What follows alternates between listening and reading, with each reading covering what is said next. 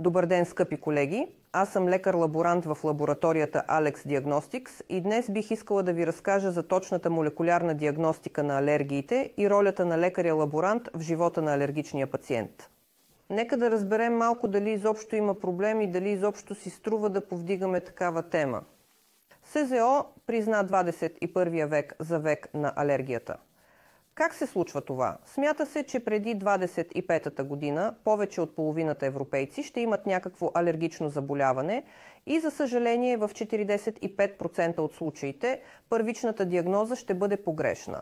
Така че все още съществува проблем и то такъв, който трябва да бъде решен. Нека се върнем малко към определенията и да се опитаме да запомним, че сенсибилизацията, понятието за сенсибилизация не е равнозначно на понятието за алергия. Какво е алергия? Казано със собствени думи и с прости думи, това е област, с която работят лекарите от медицинските специалности. Това е заболяване, което има своите специфични клинични прояви. А какво е сенсибилизация? Ами сенсибилизацията е това, с което работят лабораторните лекари, защото това е състояние, при което в организма на пациента се образуват специфични моноглобулини, които ние регистрираме, като по този начин помагаме на лекарите от медицинските специалности да лекуват пациента. Малко история на този въпрос. Всичко започва през 60-те години на миналия век. На всеки 10 години се появяваха някакви нови методи, като старите съществуваха паралелно с тях. И така пред 20 век стигнахме до момента, в който се намираме в епохата на микро- и макроереята. Това са така наречените универсални чипове. Сега нека разгледаме подробно защо точно лабораторната диагностика за определяне на специфични имуноглобулини е изгодна. Първо, тя е безопасна. Второ, няма въздействие на фармацевтични продукти върху кожата на пациента, което, както всички знаете, може да бъде често се уврежда. То е независимо от сътрудничеството с пациента. Много често пациентите на алерголозите са деца, а вие самите добре знаете, че може да е доста трудно да се преговаря с деца. Това е висока възпроизводимост на резултатите при повторни изследвания. Освен това, ако сравним лабораторното определяне на специфичните имуноглобулини то на практика елиминира фалшиво положителните и фалшиво отрицателните резултати от кожните тестове. Обикновено това е само една венепункция, защото можем да направим голям брой лабораторни изследвания от един флакон. А освен това е и възможност за дистанционно изследване на пациента, защото за съжаление не всички пациенти живеят в градове, където има развита лабораторна мрежа и много лекари с профилирани специалности. С други думи, достатъчно е само да се събере материалът и да се изпрати до мястото, където на тези хора може да се помогне. Днес искам да ви разкажа за един метод, който аз лично обичам. Толкова го обичам, че го правя всеки ден с тези ръце или се прави под мое наблюдение. И така, това е тест за алергия. Тестът за алергии Alex или Allergy Explorer. Той е разработен на името на австрийската компания Madix, макродиагностика, с помощта на нанотехнологии. В разработването на тази техника участва Кристияна Харванега. Това е ученият, който на времето, преди 15 години, разработи чипа ImmunoCAP Isaac, така наречения чип за алергии. Мисля, че много хора са чували за него. Какво представлява тестът Alex? До момента има две поколения – тестът Alex и тестът Alex 2. Днес тестът Alex вече не се използва, Alex 2 го е заменил. Тестът Alex включваше 160 екстракта и 122 белтъчни молекули и общ имуноглобулин Е. Излезлият днес Alex 2 се състои от 117 екстракта и 178 белтъчни молекули, т.е. той допълнително утвърждава понятието молекулярна диагностика. Подчертаваме това, но също така естествено определянето на нивото на общия имуноглобулин Е, то е останало непроменено. И така, какво представлява тестът Alex 2? 295 алергена, тест от ново поколение. При диагностицирането на алергии тип 1, ако си спомним класификацията на Джао и Куомес, 4 типа алергични реакции, този тест ни дава отговор на въпросите за първия тип, реактивния тип, непосредствената свръхчувствителност, непосредствения тип и се основава на твърдофазна елиса с използване на нанотехнологии. При този тест получаваме количествен резултат за специфичния имуноглобулин Е, както и пълен панел от алергени, който включва инхалационни хранителни отрови на насекоми и латекс. Всичко това ни дава цялостна картина за профила на сенсибилизация на пациента. Сега можем да видим структурата на чипа и аз ще разкажа малко за принципите на тази диагностика. Още веднъж искам да подчертая, че това е нанотехнология. Нека ви напомня, че съдържанието на имуноглобулин Е в кръвния серум е само 0,000%, така че е много малко. От всичките 5 вида имуноглобулини той е най-малко разпространен. Опитайте се да си представите колко прецизна и ювелирна трябва да бъде технологията, за да се открият само тези субпопулации. И така, как работи тестът Алекс? Алергените се комбинират с наночастици. Тези наночастици се нанасят върху специална нитроцелулозна мембрана, която има пространствена структура. Това е триизмерна нитроцелулозна мембрана. След това се добавя серумът на пациента, тестовият серум, който съдържа имуноглобулин Е. След като те започнат да се свързват с алергените, добавяме субстрата. Защо? За да се осъществи нарцветна реакция и да получим оцветен утайка. Колкото по-голям е интензитетът на светлината, толкова по-високо е нивото на специфичните имуноглобулини Е. Получаваме резултата в международни единици, килоединици на литър. И така, Алекс-2 е имунен тест, той открива антитела имуноглобулин Е. Сега ще ви разкажа малко за техническите характеристики, а след това ще се спра по-подробно на най-интересните. Методът на откриване е калориметричен ензимен анализ на твърда фаза ELISA. Той е доста бърз – 3 часа и половина. За 3 часа и половина един оператор може да направи до 50 теста. Обхват на измерване. Специфичният имуноглобулин Е се измерва количествено, искам да подчертая количествено, в диапазона от 0,3 до 50 килоюнита на литър. Обхватът на измерване на общия имуноглобулин е от 1 до 2,5 хиляди килоединици, е полуколичествен. Коефициентът на вариация обикновено е по-малък от 12%. И така, какви са изискванията към пробите? Необходими са само 100 микролитра серум или плазма. За лаборантите искам да отбележа, че по принцип можем да използваме всякакви епроветки, освен тези, които съдържат ета. Това е важно условие, тъй като изходният разтвор, който спира настоящата реакция, съдържа ета. Моля, обърнете внимание на това, за което е написано във всички инструкции, ако някога изпълнявате този метод. Грешка в метода. Няма значителна грешка при високи нива на общия имуноглобулин Е, хемоглобина, билирубина и триглицеридите.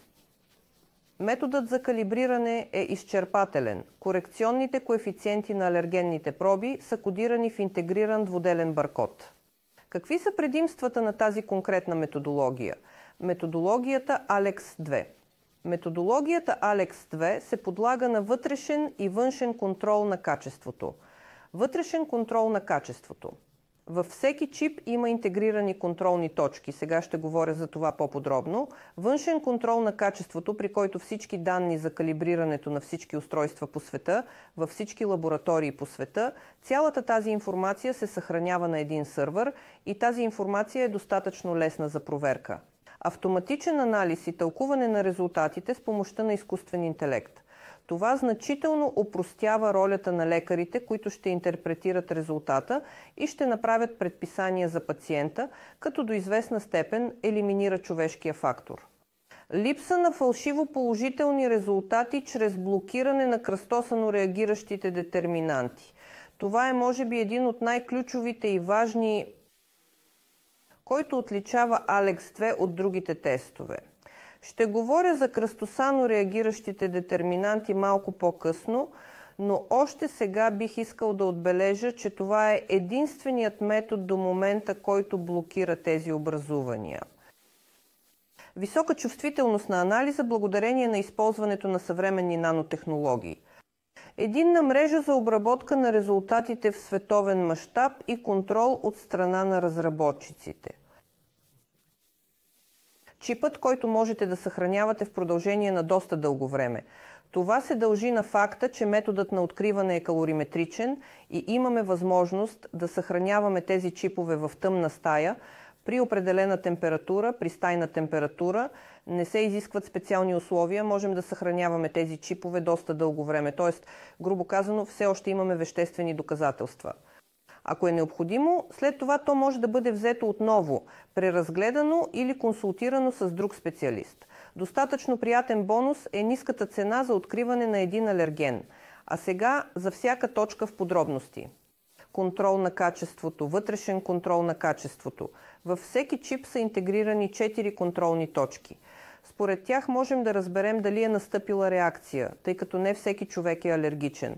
Това означава, че първоначално мембраната на чипа е снежно-бяла и по време на всички етапи на изследването при всички случаи ще видим 4 контролни точки. Всички параметри са кодирани в баркод. Баркодът е уникален и се присвоява на всеки пациент. Или по-скоро не се присвоява, той вече съществува на чипа. Всички вътрешно-лабораторни протоколи, това е като още един елемент на вътрешно-лабораторния контрол, т.е. записвате тази информация в работните си протоколи. На всеки 60 дни системата подава заявка за калибриране. След като получите тази заявка, вие сте длъжни да извършите това калибриране в рамките на следващите 30 дни, като използвате специален калибрационен чип, който се предоставя от разработчиците. Ако не направите това, ще ви бъде напомняно всеки ден. След още 30 дни системата ще бъде блокирана и няма да можете да вземате повече резултати. Това се следи доста стриктно. Всички параметри на измерването са в съответствие с референтните параметри на СЗО. И така, какво представлява калибрирането или фината настройка? Сега можете да видите чипа за калибриране. Току-що ви го пуснах, че заявка за калибриране се издава от системата на всеки 60 дни или можете да го направите по заявка. Ако няма калибриране в продължение на 90 дни, тогава не можете да свалите следващия чип. Какво се казва там? То казва, че напълно човешкият фактор по този въпрос, по въпроса за калибрирането на апаратурата в лабораторните дейности, това е много важен аспект от работата. Човешкият фактор е напълно елиминиран. Така че няма значение какво е нивото на професионализъм на вашия лаборант, на вашия лекар-лаборант. Всеки служител може по принцип да вземе чип, като извърши определени манипулации. Манипулации може сам да настрои устройството да извърши калибриране, като данните за всяко калибриране се съхраняват на сървъра. Сега малко за това какво представлява изкуственият интелект Alex 2. Всички изображения на чипа се анализират с помощта на Image Explorer и софтуерния пакет Raptor. Точно както при калибрирането няма човешки фактор. Интерпретацията се извършва директно от софтуерния модул Raven с изкуствен интелект. В съответствие с всички тези данни се генерира резултатът. Позволявам си да кажа, че от всички методи, които познавам лично, този е може би персонализиран. Защо? Защото всеки човек получава свой собствен анализ и съм почти сигурен, че той е уникален. Няма двама души, които да имат еднакви анализи. Тълкуването във всеки случай ще бъде различно, т.е. за всеки човек. Това като цяло е една от ключовите характеристики на теста за алергии Alex 2. Тук показваме взаимодействието на Raptor сървъра и системата за изкуствен интелект Raven, софтуер за анализ и интерпретация на резултата. Изкуственият интелект на Alex 2, анализиращ резултатите, е облачно хранилище и е един за всички устройства. Благодарение на простата си структура, по принцип е доста лесен за разбиране. Можете дори интуитивно, без да четете инструкциите, да разберете как се работи с него. Като цяло е удобен. Raptor сървър е единствената част, която се инсталира локално и нейната функция е да свърже специално Image Explorer с вашия персонален компютър и системния акаунт на Raptor Server. Как се анализират резултатите? Софтуерът се намира в така наречения облак. Какво ви дава той? Денонощен достъп до резултатите от тестовете. Ако имате достъп, парола и всички параметри за вход са изпълнени, можете по всяко време да преглеждате анализите, които се отнасят до интересуващата ви информация. Достатъчно интуитивен интерфейс, вече говорих за него. Вградена онлайн поддръжка. Ако нещо се обърка за вас, винаги можете да се свържете с разработчиците и ще ви бъде оказано съдействие. Автоматични актуализации на софтуера. Това наистина е вярно и искам да се върна малко назад към историята на създаването, т.е. към това колко динамична е компанията. През 16-та година излезе тестът Alex. През 80-та година той се появи в Украйна. Нашата референтна лаборатория започна да го извършва. През 1990-та година излезе Alex 2. През същата 1990 година, по-близо до 20-та, се появи така наречената интерпретация. И сега тя е на път, но за нея ще ви разкажа малко по-късно. Има още новини. Това е една доста бързо, динамично развиваща се компания. Персонализиране на шаблони за лабораторни доклади. Какво означава това? Ако не работите само за вашата лаборатория и имате нужда да издавате на различни формуляри, няма проблем. Ще бъдат изтеглени толкова формуляри, колкото ви трябват и ще можете да издавате резултати върху конкретен формуляр. На разположение са 24 езика на лабораторните доклади. Това също е много удобно, защото много пациенти искат да се консултират, може би не само в нашата страна, и често към нас се обръщат. Пациентите веднага дават заявка за превод на няколко езика. Няма никакви проблеми, едно кликване на бутона и вече имате резултати на няколко езика, резултати, тълкуване, т.е. цялата информация. Висока сигурност на данните с автоматизирана процедура за архивиране, мисля, че тук няма нужда да се коментира. И така, защо изобщо се нуждаете от това равенство? Тоест, по принцип можете да си зададете въпрос и да си отговорите на него. По принцип можете да потърсите същата информация в интернет, като цяло в публичното пространство и така нататък. Но бих искала да отбележа, че един пациент може да бъде доста чувствителен към голям брой алергени. И ако лекарят има повече от един пациент, ще му се наложи да търси информация и да я сравнява доста дълго време. Така че тази система е резултат от работата на голям брой учени специалисти в тази област, които всичко това е систематизирано и програмата, благодарение на своите свойства, е в състояние да извлече точно информацията, която ви е необходима за вашия конкретен случай и да ви даде готов отговор. За кого е предназначена? Ами вероятно е предназначена за начинаещи алерголози, за лекари от сродни специалности, но мисля, че и опитните алерголози като цяло могат да я използват, за да си помогнат. Така че можете да спестите много време за търсене на информация. Тук виждаме с вас пример за тълкуване, как изглежда формулярът, от какво се състои паспортната част. В бележката задължително се посочва, че вътрешният контрол на качеството е бил правилен. Ако изведнъж се окаже, че е неправилен, то информацията за това ще бъде отразена още на първата страница, т.е. ще я видят всички и самия пациент. Тогава тук всичко честно измамено няма да се получи. След това е броят на алергените, които трябва да бъдат изследвани, включително метода за изследване Alex 2. По принцип имате възможност да добавите всякаква друга информация, която смятате, че можете, в съответствие с шаблона на вашата лаборатория. Следва обобщение на информацията за изследваната сенсибилизация, като се изброяват групите алергени и се обобщава по класове какво е било открито при този конкретен пациент. След това в доста голям обем от 15 до 25 страници. Обобщаване на всяка молекула, всеки екстракт, всеки алерген по-отделно, а след това получаваме интерпретацията, така наречената подкрепа с препоръки. Искам да кажа, че такъв анализ изглежда доста солидно, т.е. вероятно през студената зима бихте могли да имате няколко дни, за да затоплите печката, но тази шега можете да не го слушате. Контрол на качеството обща мрежа, обща световна мрежа. Всички анализатори от повече от 5-10 държави са свързани в единна мрежа чрез софтуерния сървър Raptor на Madex. По този начин разработчикът е в състояние да контролира всички по принцип. Ако има някакви грешки, хората ще знаят за това. На схемата можете да видите картата и съответните устройства.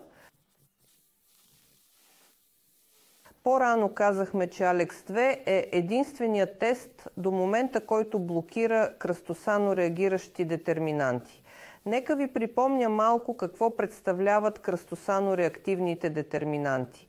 Това са захари, които се намират върху алергените и са много сходни при различните видове. Намират се в растения, насекоми и мекотели. Кръстосано реагиращите детерминанти могат да предизвикат производството на моноглобулин Е. Те нямат клинично значение, но водят до фалшиво положителни резултати от тестовете, като се набляга на тестовете базирани на екстракти. Това е доста важно. Тук на схемата можете да видите как работи. Горната картина е доста ярка с цветни ярки точки. Както казах по-рано, колкото по-ярък е сигналът, толкова по-високо е нивото на специфичния имуноглобулин Е. На горната снимка можете да видите резултата на тествания серум без блокиране на кръстосано реагиращите детерминанти. По-долу можете да видите колко по-рядка става картината, когато използваме реактив, съдържащ блокиращия кръстосано реагиращите детерминанти. Така че почти в този вид се получава понятието за истинска алергия. Други тестови системи ще ви дадат резултат като този на горната снимка. Така ще получите фалшиво положителен резултат. Искам да подчертая още веднъж, че Alex 2 е единственият тест, който предлага автоматично блокиране. Ние не го правим избирателно, някои хора се блокират, други не. Това е част от протокола за първата двучасова инкубация на абсолютно всички чипове. Блокираме кръстосано реагиращите детерминанти. Само още малко за контрола на качеството. 4 контролни точки, сега можете да ги видите на снимката. Те са обозначени с стрелки.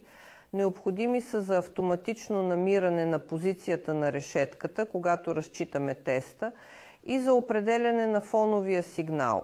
Ако фоновият сигнал е по-малък от 6000, тогава системата ще ни даде резултат, че тестът е неуспешен.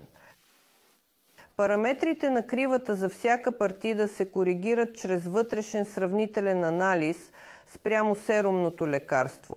Това означава, че всеки чип има свой собствен интегриран контрол и няма нужда от сложни периодични проверки, контрол на качеството, калибриране и така нататък. Всичко това се извършва за всеки чип, а следователно и за всеки пациент. На този слайд можете да видите схематична диаграма, като мисля, че тя е по-интересна за лекарите и лаборантите. Тя идва с всеки ръководството на Alex 2, но мисля, че дори и неспециалистите могат да разберат, че технически не е сложно. Това е доста тънка, приятно изглеждаща, хубава схема, която включва последователността на добавяне на реагенти и изплакване. За тези, които ще извършват този тест, горещо ви препоръчвам да окачите тази схема над бюрото си и всичко ще бъде наред. Ще успеете. Тук можем да видим общия вид на комплекта. Той е доста компактен, доста приятен. Кутията е доста малка.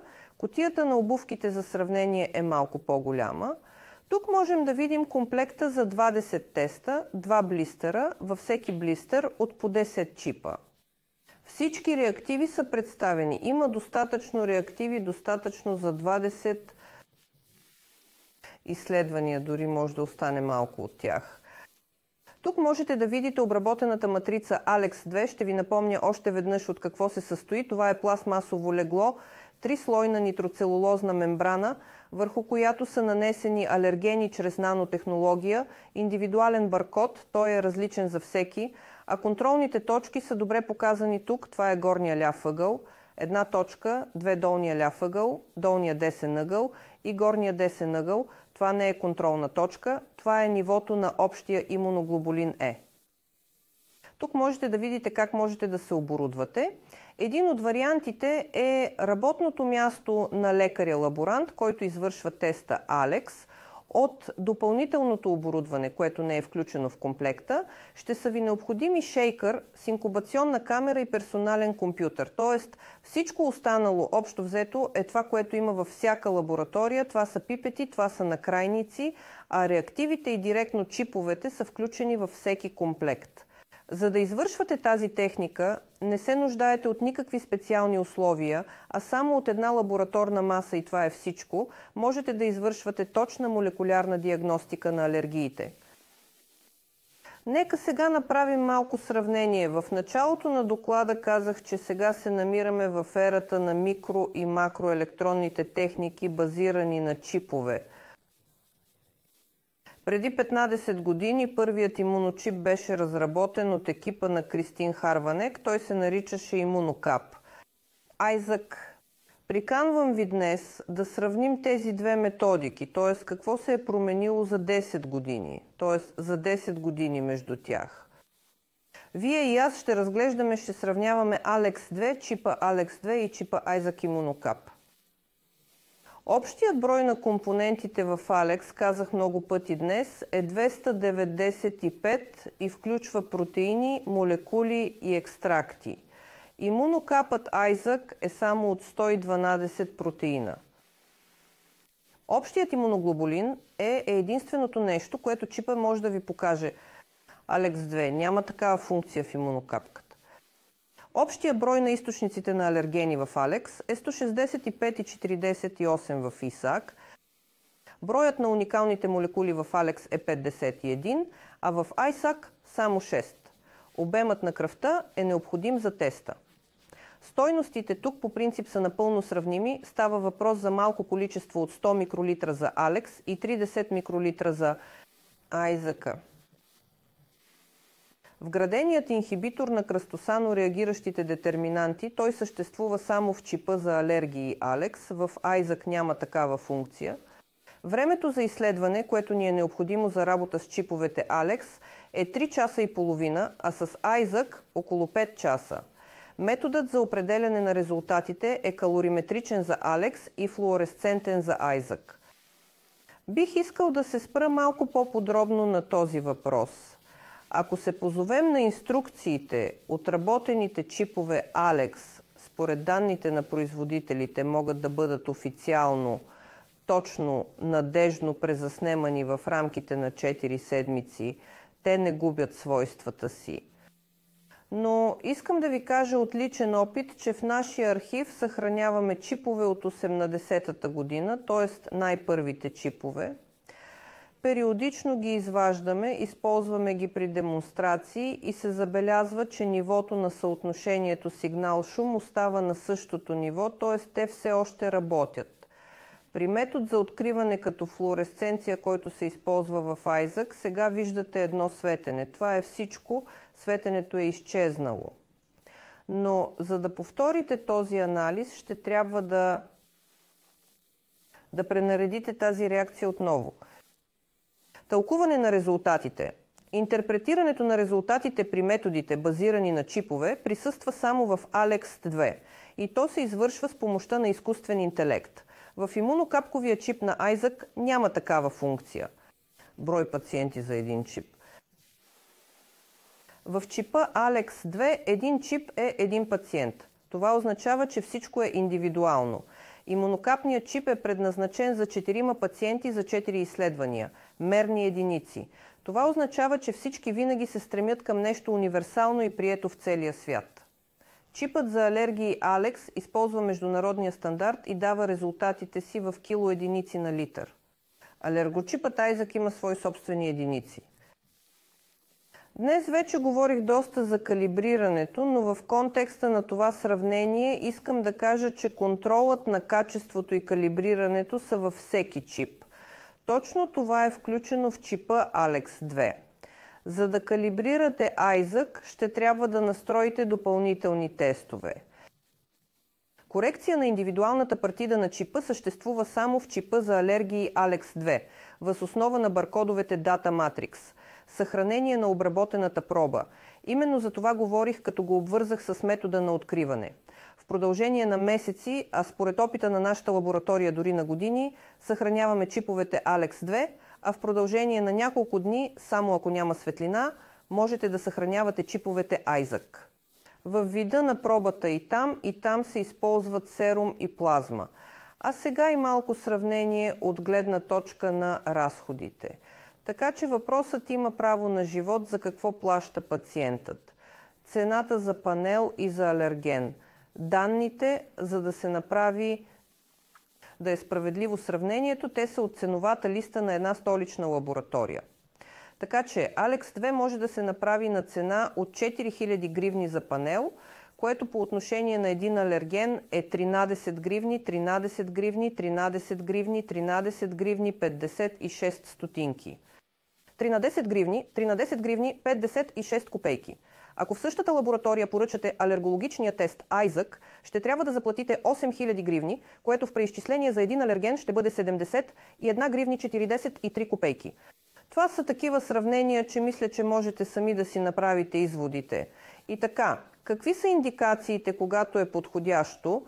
Има смисъл да се назначи молекулярно-диагностичен тест за алергия Alex 2, за да се потвърди диагнозата на истинска алергия, ако има съмнение за истинска хранителна алергия. По отношение на хранителните алергии, тук искам да наблегна на думата истинска алергия, като ще разберете защо малко по-нататък. Защо истинска хранителна алергия в контекста на проучването Alex 2? При съмнение за алергия към отрова от оси, пчели и други паяжини. При подозрение за алергия към латекс, което са всички компоненти, съставляващи на панела Alex. Да се търсят вероятни кръстосани реакции, за да се определи рискът от тежки реакции към алергени. Най-основното е да се определи целта на АСИД, т.е. кой алерген ще третираме, но това е в кавички. Мисля, че виждате, че третираме естествено не алергени, но поне е по-ясно. Да се предвиди резултатът от АСИД, да се предскаже рискът от бронхиална астма. За деца от 6-месечна възраст, ако са имали анамнеза за анафилаксия. И за деца от 3-годишна възраст, ако са имали целогодишен перенит, оток на носа и зачервени очи. И така, малко обобщение или общо заключение от това, което току-що ви казах. Стойността на точната молекулярна диагностика, диагностиката на алергиите или защо изобщо я правим. Многокомпонентната технология е консолидиран подход на прецизна молекулярна алергодиагностика за подобряване на диагностиката, прогнозата и подбора на пациенти за алерген-специфична имунотерапия. С други думи, нашите скъпи алерголози, интернисти, педиатри, всички лекари, които ще лекуват пациентите от алергии, да могат да използват етиотропно лечение, т.е. да предписват СИЦ, са длъжни да направят пълен алергологичен панел. Към днешна дата на това искане най-добре отговаря тестът Alex 2. По същество това е алергологичен паспорт. Защото когато лекарят преценява клиничната картина на симптомите на пациента, е напълно възможно, когато прави преценка за това, кои отделни алергени трябва да бъдат изследвани, поръчани по отношение на лабораторната диагностика, е напълно възможно той просто да пропусне нещо, да не се сети за нещо и пациентът да е сенсибилизиран. Отново се връщаме към началото. Алергиите са нещо, с което лекарите се занимават. които предписват лечение. Сенсибилизацията е резултатът, който ви даваме като лабораторни лекари. Мисля, че това е мястото, на което можем да се базираме. Значението на ролята на лаборанта в живота на алергичния пациент. В края на краищата само правилната, компетентна и навременна диагноза позволява алерголога да ви предпише адекватна терапия и да предвиди бъдещите ви перспективи. А сега ще преминем към друга не по-малко интересна методика. Когато говорих за това колко бързо и обещаващо се развива компанията Madex, ви обещах още нещо. Сега ще стигнем до това още едно нещо. В края на тази пролет, в началото на лятото, беше стартирана още една методика. Тя няма нищо общо с имуноглобулин Е, а е свързана с имуноглобулин G и хранителната непоносимост. Ако тестът ALEX2 се прилага при пациенти, за които има съмнение, че имат истинска хранителна алергия, т.е. такава, която се медиира от антитела на имуноглобулин Е, тогава понякога има ситуации, в които се оказва, че пациентът има нещо, което прилича на алергия, но е малко по-различно. Как става това? В тази ситуация можем да говорим за хранителна непоносимост. Когато червата станат по-пропускливи за компонентите на храната, те започват да навлизат в кръвния поток. А в системния кръвоток започва производството на специфични антитела, тая наречена имуноглобулини G. Методологията, нова методология, наречена FOX или Food Explorer, позволява откриването на имуноглобулини G. И така, каква е разликата между истинската хранителна алергия и имуноглобулин Г, медииран от чувствителността към храни, нека го разнищим. При истинските хранителни алергии най-често се появява веднага след като човек консумира определена храна. Обикновено тя е лесна за откриване. Най-често се среща при деца, много по-рядко при възрастни. Това е постоянна алергия към някакъв продукт. И най-вероятно това ще бъдат един или два продукта, рядко ще има няколко. По правило пациентите знаят за това, избягват този продукт, защото все пак ще излязат със същата реакция през цялото време. Освобождават се така наречените възпалителни медиатори.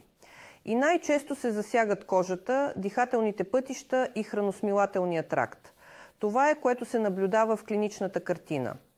Как протичат реакциите, при които ключово значение имат имуноглобулините G? Началото обикновено е забавено, т.е. не е от непосредствен тип. Те се откриват доста трудно, без да се използват някои специални лабораторни тестове. Най-често това е най-често срещания тип реакции както при възрастни, така и при деца. Т.е. почти еднакво. Обикновено те са обратими. Защо обратими? Защото ако тези определени храни се отстранят от диетата, човекът се подобрява. Вероятно това няма да са една или две храни, а доста широк спектър от храни. Образуват се циркулиращи имунни комплекси. Т.е. това не е реакция от първия тип, а реакция от третия тип, като феномена Артиус. И се засягат всички тъкани, органи, системи или целият организъм. Така че, както казах, от началото на това лято вече провеждаме тези тестове в Украйна, в нашата лаборатория. И така, какво представляват тези тестове? Това е панел от 287 хранителни алергена, които са част от 13 групи продукти.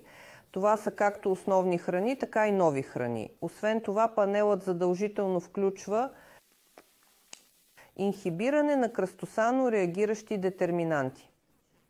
В кои случаи има смисъл да се планира това изследване? За определяне на хранителния статус и за наблюдение на спазването на хранителния режим. Ако лицето има възпалително заболяване на червата. Ако се наблюдава синдром на раздразнените черва. Ако лицето има депресия и мигрена. И ако подозираме непоносимост към храни, зависими от имуноглобулин G.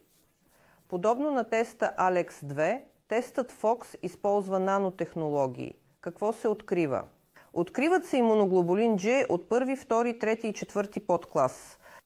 Методът на откриване е полуколичествен. Резултатите се дават както в класове, така и в числа.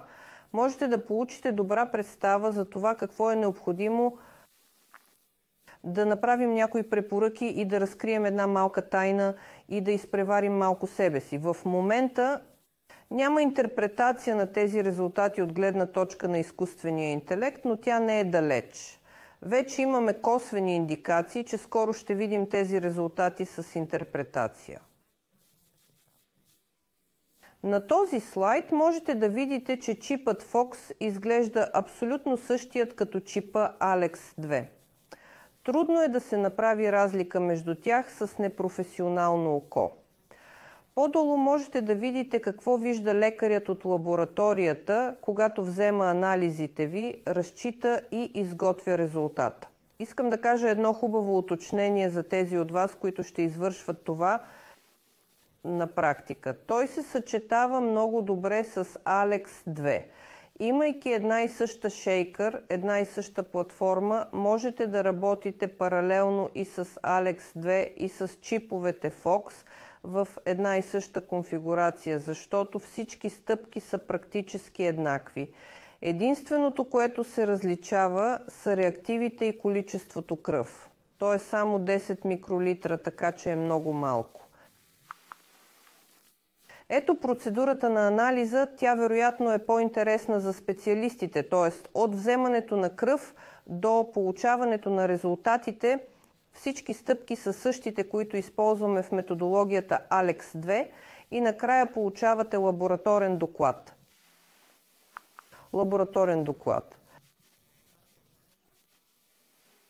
Първо той представлява обобщение по групи храни, а след това всеки хранителен продукт е описан по-отделно. Това е доста интуитивно, ясно и приятно. Можете лесно да го разберете, дори без да прибягвате до специална литература.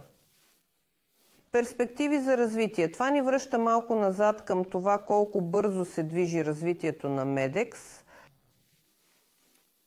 еволюцията на MADIX по отношение на нанодиагностиката.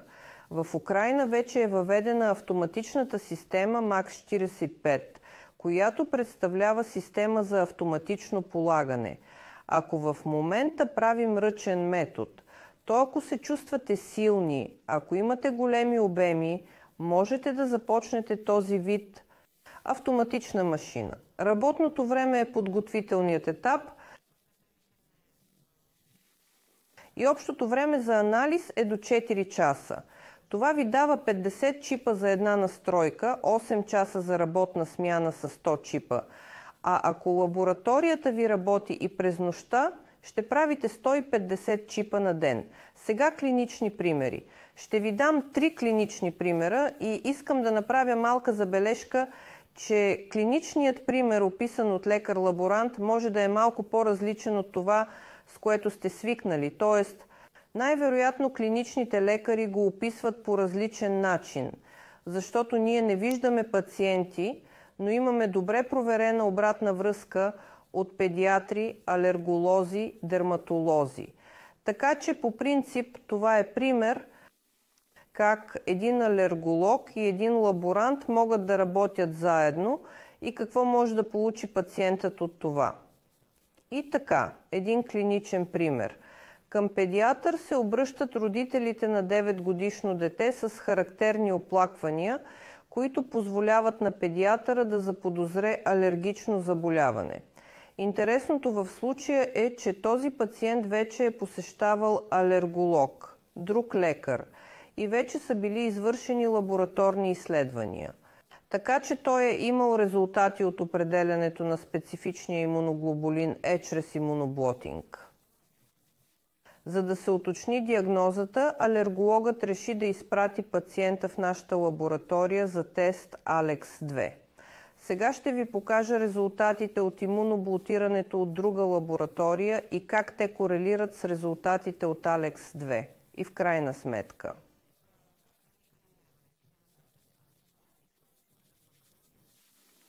какво е решил педиатърът. Така че това, което виждате сега, е кратък лабораторен доклад, обобщение на информацията за изследваната сенсибилизация. Изследването показа висока степен на сенсибилизация към акари от домашен прах и акари от обора, плесени и домашни любимци.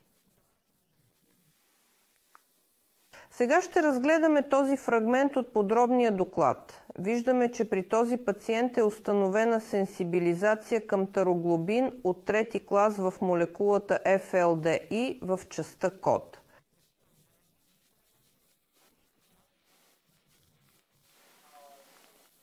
Сега ще сравним с резултата от имуноблотинга, с който пациентът е дошъл при алерголога. Тук виждаме, че е написано съвсем накратко котешки косъм, антитела към имуноглобулин Е и е от трети клас, така че няма молекула, няма екстракт, нищо, което можем да разберем. Основен, второстепенен, просто клас. И това е некомпонентна диагноза. Ние просто разбираме какво животно. Освен това, тук са идентифицирани конски косми, втори клас и косата на кучето. Ако се върнем на предишния слайд, това е резултатът от ALEX2, добитък конски епител. Виждаме, че при теста ALEX2 резултатите са под границата на определяне, по-малка от 0 единици. За какво може да е показателно това? Това допълнително потвърждава, че ALEX2 показва истинска алергия, като същевременно блокира кръстосано реагиращите детерминанти. Ако алергологът основаваше решението си на резултата от имуноблотинг теста, той щеше да си помисли, че конете и кучетата също трябва да бъдат третирани. В този случай виждаме, че пациентът реагира само на котката. Помислете по-нататък. Също така, тестът ALEX2 на пациента разкрива сенсибилизация в доста висока степен към европейски акари от домашен прах и акари от обора в по-малка степен. И така, какво виждаме? Виждаме, че молекулите DRFI, DRFT и DRPD при пациента. Четвърти и съответно трети клас, точно както виждаме резултатите за акарите в обора. Как е изглеждал резултатът, с който пациентът е дошъл при алерголога чрез имуноблотиране? Виждаме DR птеронисус имуноглобулин Е антитела, посочено ниво и степен, и DR фарин имуноглобулин Е антитела. Така че да направим някаква преценка дали това са молекули, това са екстракти, това са основни, това са второстепенни протеини, не можем. Ами не, ние не може да го направи лекар, който ще мисли какво лечение да предпише на пациента. Ето какво се случва. Алтернария плесен алта и виждате четвърта степен. Ето как изглежда същата степен, извършена по метода на имуноблотинга. Алтернария алтерната също е клас 4, който също е доста висок, но не се уточнява коя е тази молекула. Ето фрагмент от резултата от ALEX2. В него са изброени кръстосано реагиращите алергени и е посочено кои молекули в какви концентрации и класове са открити.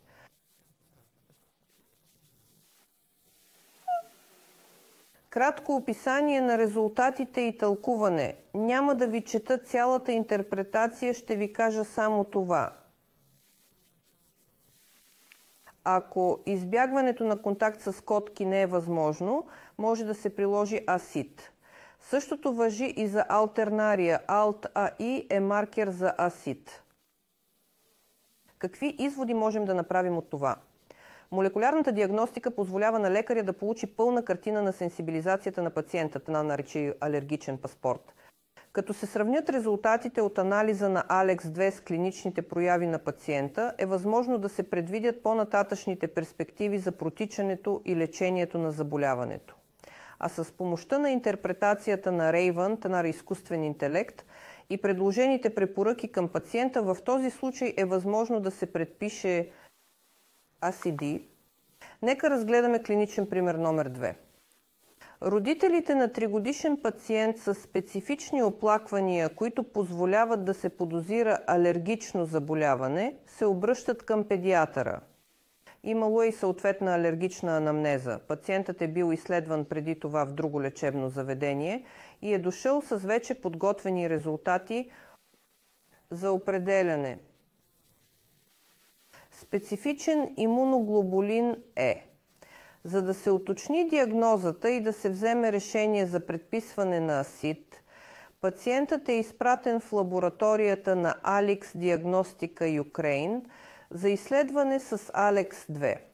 Нека да сравним резултатите, с които той дойде при лекаря, и резултатите, които получихме, когато му направихме теста Алекс-2.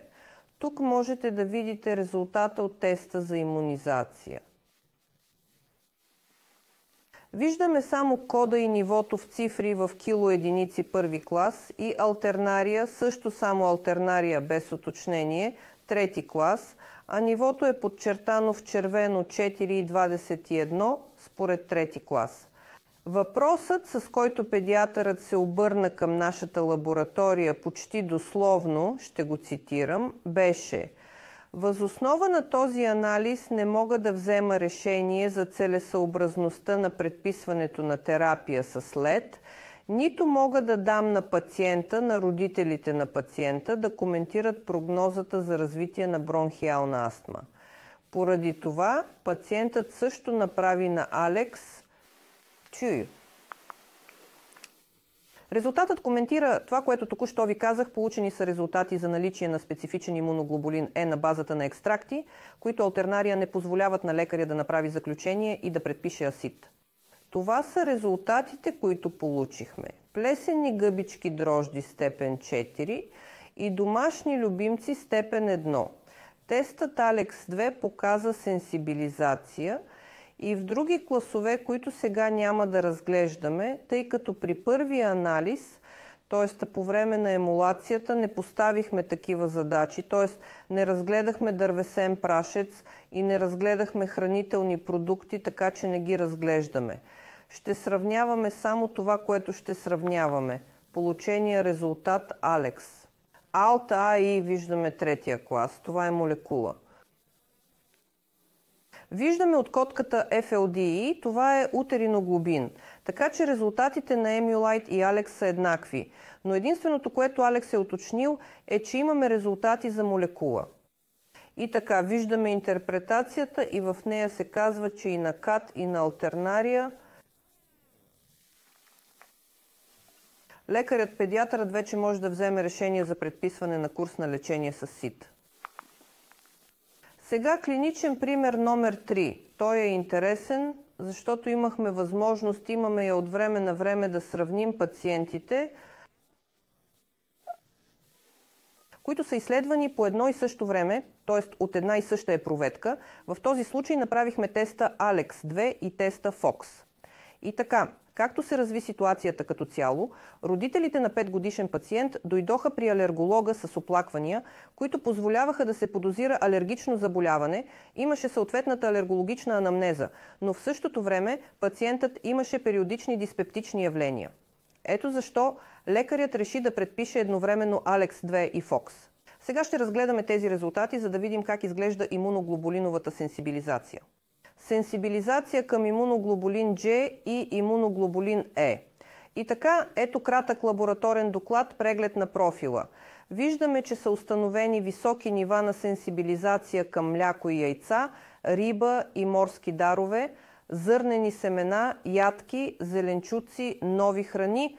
Това са имуноглобулини G. Това е резултатът от Алекс-2. Това са имуноглобулините E. При продуктите, ако сте обърнали внимание, абсолютно никъде няма дори клас 1, но има сенсибилизация към плесени и морски дарове. Сега за подробностите. Това са резултатите от Алекс-2. Това е имуноглобулин Е. Тук виждате представени овес, елда, ориз, просо, т.е. зърнени култури при пациента под границата на определяне. Всичко е напълно нормално. Не виждаме никаква сенсибилизация в лабораторния тест. Това са представените ядки. Същата картина, т.е.